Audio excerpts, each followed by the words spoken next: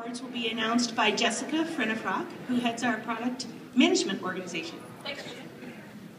Hi, everybody. Thank you. It's very fun to be here today and to give out these awards because, as you guys know better than anybody else, it's the participation from the client community that really makes a difference, right? It keeps us honest.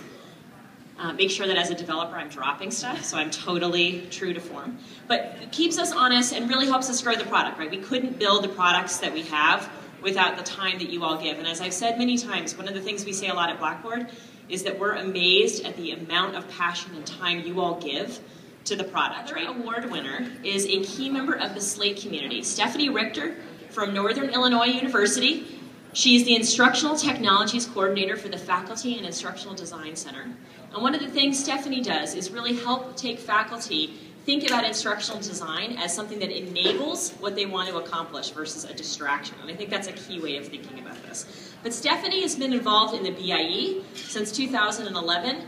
She has been part of more than 5 upgrade cohorts. She's a key member of the Midwest Blackboard User Group, a very active voice in Slate, and won a Slate Star Award for her work there, and last but not least is a Catalyst Award winner. So Stephanie, thank you very much.